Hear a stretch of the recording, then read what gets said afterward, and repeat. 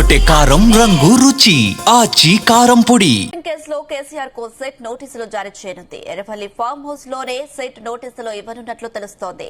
రేపు farm house లోనే కేసీఆర్ ను ప్రశ్నించనున్నట్లు సమాచారం. ఇప్పటికే కేటీఆర్, హరీష్ రావు, సంతోష్ రావును సెట్ ప్రశ్నించింది.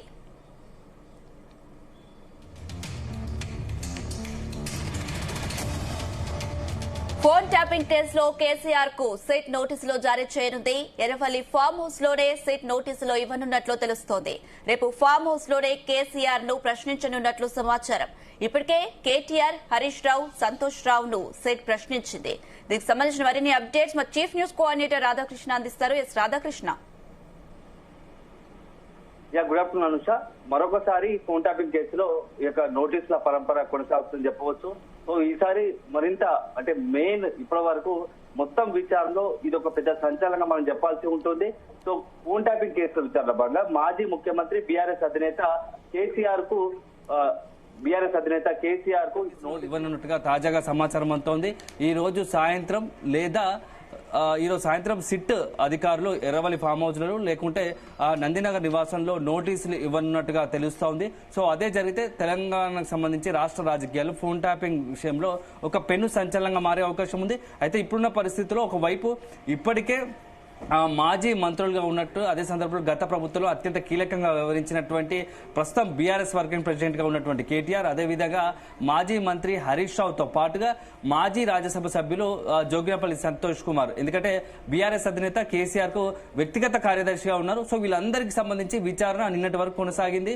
సో దాదాపుగా ప్రతి ఒక్కరిని కూడా 7 గంటల పాటుగా విచారణ చేశారు. ఈ నేపథ్యంలో ఇప్పుడు తాజాగా కూడా బీఆర్ఎస్ అధినేత కేసీఆర్ కు నోటీసులు ఇస్తున్నారన్న సమాచారం కొంత రాజకీయంగా ప్రకంపనలు రేపే అవకాశం ఉంది. రాజకీయంగా కూడా తెలంగాణ రాష్ట్ర రాజకీయాల్లో సంచలనంగా మారే అవకాశం ఉంది. నిజంగానే ఒకవేళ సాయంత్రం లోపు గనక ఎర్రవల్లి ఫామ్ హౌస్ లో చేరుకున్నటువంటి సిట్ అధికారులు, పోలీసులు గనక నోటీసులు ఇస్తే బీఆర్ఎస్ అధినేత కేసీఆర్ ఎలా రియాక్ట్ అవుతారు, నిజంగానే ఆయన విచారణకు సహకరిస్తారు? ఎందుకంటే ఇప్పుడున్న పరిస్థితుల్లో కొంత ఆరోగ్య రీత్యా లేకుంటే ప్రోటోకాల్ దృష్ట్యా కూడా ఎర్రవల్లి ఫామ్ హౌస్ కి చేరుకొని సిట్ అధికారులు ప్రశ్నిస్తారు అని చెప్పేసి కూడా కొంత సమాచారం అందుతా ఉంది. సో త్వరలోనే ఈరోజు సాయంత్రం దీనికి సంబంధించి విచారణకు సంబంధించి నోటీసులు ఇస్తే గనక కేసీఆర్ జూబ్లీహిల్స్ పోలీస్ స్టేషన్ సంబంధించి ఏదైతుందో అక్కడికి వస్తారా, సిట్ విచారణ అక్కడ కొనసాగుతుందా, లేకుంటే ఎర్రవల్లి ఫామ్ హౌస్ కు చేరుకున్నటువంటి సిట్ అధికారులు అక్కడ విచారిస్తారా అనేది మాత్రం కొంత తేలనుంది. సో విచారణలో భాగంగా చాలా అనేక అంశాలు తెరపైకి వస్తాయి. ఎందుకంటే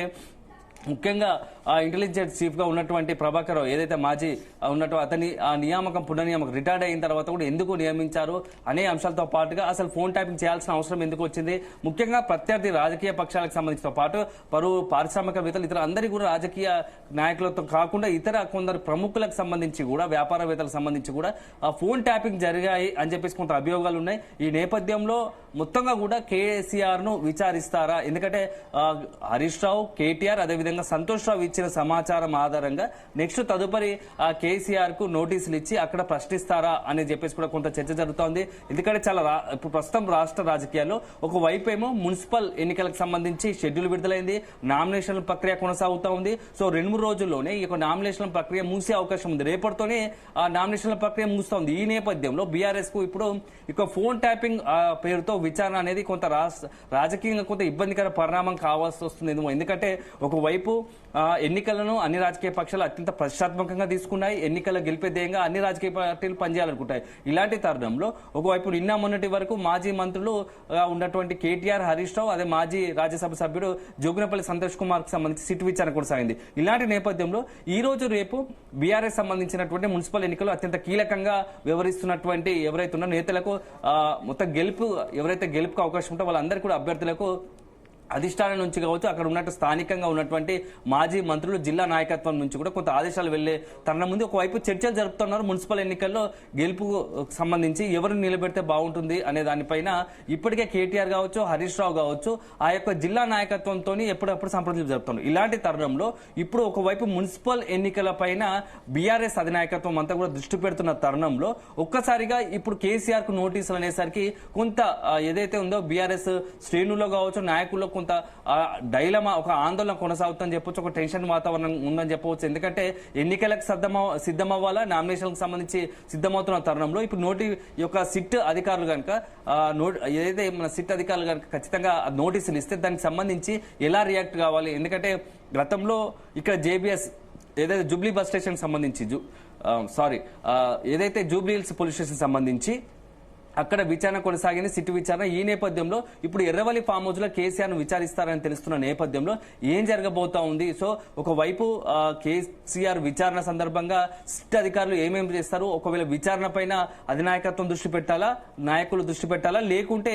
ఒక మున్సిపల్ ఎన్నికల పైన దృష్టి పెట్టాలా అనే దానిపైన కొంత గందరగోళం ఉంది. ఎందుకంటే చాలా తక్కువ సమయం ఉంది, రేపటితో నామినేషన్ల గడువు ముగిపోతా ఉంది, 31 స్క్రూటినీ ఉంటుంది, తర్వాత 11వ తేదీన ఎన్నికలు ఉన్న నేపథ్యం చాలా తక్కువ సమయం ఉంది. ఈ నేపథ్యంలో ఈ ఫోన్ ట్యాపింగ్ అంశం తెరపైకి రావడంతో రాజకీయంగా భవిష్యత్తులో ఎలాంటి సవాళ్లు ఎదురవుతాయి, ఎలాంటి పరిస్థితులు రాబోతున్నాయి అని చెప్పేసి కూడా కొంత బీఆర్ఎస్ క్యాడర్ లో ఒక రకమైన టెన్షన్ వాతావరణం ఉంది. ఎందుకంటే ఖచ్చితంగా ఇదంతా రాజకీయ కుట్రలో కారణంగా, రాజకీయ కుట్రలో భాగంగానే ఇదంతా చేస్తున్నారని చెప్పేసి ఇప్పటికే బీఆర్ఎస్ నాయకులు పలు సందర్భాల్లో చెప్పిన పరిస్థితి ఉంది. ఎందుకంటే మున్సిపల్ ఎన్నికలు వస్తున్న తరుణంలో ఇప్పుడు కాంగ్రెస్ పార్టీ రాజకీయంగా తమను ఎదుర్కోలేక ఇలాంటివి ఫోన్ ట్యాపింగ్ విచారణ పేరుతో బీఆర్ఎస్ నాయకత్వాన్ని కావచ్చు, అదే సందర్భంలో క్యాడర్ ను కొంత దృష్టి మళ్లించి అదేవిధంగా బలహీనపరిచేందుకు, ఎందుకంటే వాళ్ళు ఒక కాన్ఫిడెన్స్ దెబ్బతీయడానికి ఇలాంటి ప్రయోగాలు చేస్తుంది, ఇలాంటి పరిస్థితులు తీసుకొస్తుందని చెప్పేసి బీఆర్ఎస్ ఆరోపిస్తా ఉంటే, మరోవైపు కాంగ్రెస్ తప్పు చేయనప్పుడు విచారణ ఎదుర్కొంటే ఏముంది, ఎట్లాగో సిట్టు గతంలో చాలా సందర్భాల్లో చాలా మంది నాయకులు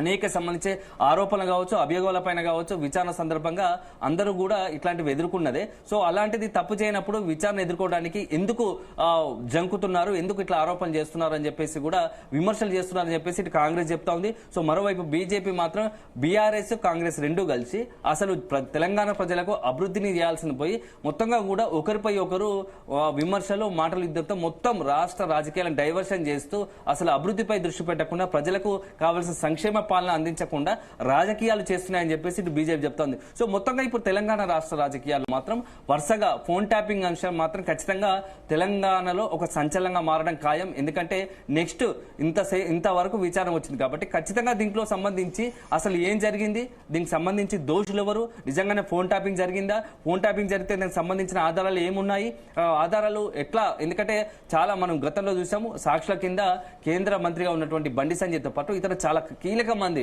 గతంలో బీఆర్ఎస్ సంబంధించిన నాయకులు కావచ్చు, అదేవిధంగా ప్రతిపక్షంగా ఉన్నటువంటి నాయకులు, ఎందుకంటే కేంద్ర మంత్రిగా ఉన్నటువంటి బండి సంజయ్, అదేవిధంగా ప్రస్తుతం బీజేపీ ఎంపీగా ఉన్న ఈటల రాజేందర్ తో పాటు ప్రస్తుతం సీఎం ఉన్నటువంటి రేవంత్ రెడ్డి ఫోన్ ట్యాప్ కూడా అయింది, వారి కుటుంబ సభ్యులు ఫోన్ ట్యాప్ అయిందని ఒక అభియోగాలు, ఆరోపణలు ఉన్నాయి. వీటన్నిటికి సంబంధించి ఇప్పుడు విచారణ కొనసాగే అవకాశం కనబడుతోంది. సో ఈ విచారణలో కనుక అసలు మొత్తంగా కూడా ఈ మొత్తం ఎపిసోడ్ లో ఈ ఫోన్ ట్యాపింగ్ సంబంధించే అంశంలో అసలు కర్త కర్మ క్రియ ఎవరు, ఎందుకు చేయాల్సి వచ్చింది అనే దానిపైన ఇప్పుడు అంతా కూడా చర్చ జరిగే అవకాశం ఉంది. సో అల్టిమేట్ గా త్వరలోనే, ఎందుకంటే మార్చి చివరికల్లా ఈ ఫోన్ ట్యాపింగ్ అంశంలో రాష్ట్ర ప్రభుత్వం కూడా ఏదైనా ఒక తుదిగా మొత్తంగా కూడా విచారణ పూర్తి చేయాలి అని చెప్పేసి ఒక ఆలోచనలో ఉన్నట్టుగా తెలుస్తోంది. ఎందుకంటే ఇప్పటికే ఒక వైపేమో రాజకీయంగా దీన్ని వాడుకుంటున్నారని చెప్పేసి కాంగ్రెస్ పై ఒక రకంగా విమర్శలు, ఆరోపణలు వస్తున్నాయి. ఎన్ని రోజులు ఎపిసోడ్ గా, ఎందుకంటే విచారణ పేరుతో రోజుల తరబడి కొనసాగుతుంది తప్ప దీనికి సంబంధించి ఏదో ఒక అంతిమంగా నిజంగానే ఫోన్ ట్యాపింగ్ జరిగిందా లేదా అనేది కూడా ప్రజలకు జవాబుదారీగా ప్రభుత్వం ఉంది కాబట్టి చెప్పాల్సిన అవసరం ఉందని చెప్పేసి కూడా కొంత డిమాండ్ వస్తున్న తరుణంలో ఇప్పుడు ఈ ఫోన్ ట్యాపింగ్ అంశం సంబంధించి చివరిగా కేసీఆర్ కు నిజంగానే కనుక ఈ రోజు నోటీసులు ఇస్తే, ఆ విచారణ కనుక చేస్తే, సిట్టు మాత్రం విచారణ చేస్తే అల్టిమేట్ గా ఈ ఫోన్ ట్యాపింగ్ అంశం ఫైనల్ కు చేరినట్టుంది. తర్వాత ఏం చేయబోతారు సిట్ అధికారులు, నిజంగా వీళ్ళందరూ ఇచ్చిన సమాచారం ఆధారంగా తదుపరి సిట్ నెక్స్ట్ స్టెప్ ఎలా ఉండబోతోంది. సో నిజంగానే విచారణ చేశారు కాబట్టి ఎక్కడైనా సిట్కు ఆధారాలు ఉంటే ఆ తదుపరి ఎవరిపై చర్యలు తీసుకోబోతున్నారు, మాజీ అధికారులు ప్రస్తుతం ఎవరైతే సిట్ సంబంధించి విచారించిందో ప్రభాకర్ రావు, రాధాకిషన్ రావు, ప్రణీత్ రావుతో పాటుగా ఇతరత్ర ఎవరు మొత్తం ఫోన్ ట్యాపింగ్ విషయంలో ఎవరు కీలక పాత్ర, అసలు ఎవరు సంబంధించి ఎవరి యొక్క ప్రయోజనాల కోసం ఈ ఫోన్ ట్యాపింగ్ చేశారు, అదే సందర్భంలో ఎవరు చెబితే చేశారు, ఎవరి ఆదేశాల మేరకు ఫోన్ ట్యాపింగ్ చేయాల్సి వచ్చింది, ఈ అన్ని అంశాలపైన మొత్తంగా కూడా అల్టిమేట్ గా విచారణ జరిపి ఫైనల్ గా ఒక రిపోర్టును సబ్మిట్ చేసే అవకాశం కనపడుతుంది. ఆ తర్వాత ఖచ్చితంగా ఫోన్ ట్యాపింగ్ అంశాల్లో ఎవరికోపై ఖచ్చితంగా చర్యలు ఉండబోతున్నాయి అనేది మాత్రం కొంత సంకేతాలు ఇటు సిట్ కూడా చెప్తా ఉంది. ఎందుకంటే మొత్తంగా కూడా ఫోన్ ట్యాపింగ్ ఖచ్చితంగా ఫోన్ ట్యాపింగ్ సంబంధించి పక్కా ఆధారాలు ఉన్నాయి, ఫోన్ ట్యాపింగ్ జరిగింది నిజమే, కానీ ఎవరు ఆదేశాల మేరకు ఫోన్ ట్యాపింగ్ జరిగింది, ఎందుకు చేయాల్సింది వచ్చింది. సో కొంత వ్యక్తిగతంగా కూడా తమ స్వార్థ అవసరాల కోసం, స్వార్థ ప్రయోజనాల కోసం ఫోన్ ట్యాపింగ్ చేశారు. ఎందుకంటే చాలా మందివి ఇతర రాజకీయ నాయకులే కాకుండా ఇతరత్ర ప్రముఖులు కొంతమందివి ఏదైతే వ్యాపారస్తులు కావచ్చు, ఇతరత్ర కొంత ప్రముఖులకి కూడా ఫోన్ ట్యాపింగ్ జరిగాయని ఒక ఆరోపణ ఉన్న నేపథ్యంలో అసలు ఎందుకు చేయాల్సి వచ్చిందనే దానిపైన కూడా కొంత విచారించే అవకాశం ఉంది. సో రేపటితో నిజంగానే కనుక కేసీఆర్ ను సిట్ విచారిస్తే మాత్రం సో ఫోన్ ట్యాపింగ్ అంశం విచారణ దశ అంటే క్లైమాక్స్ చేరిందని మనం భావించాల్సి ఉంటుంది. Anusha. Right Radhakrishna, thank you.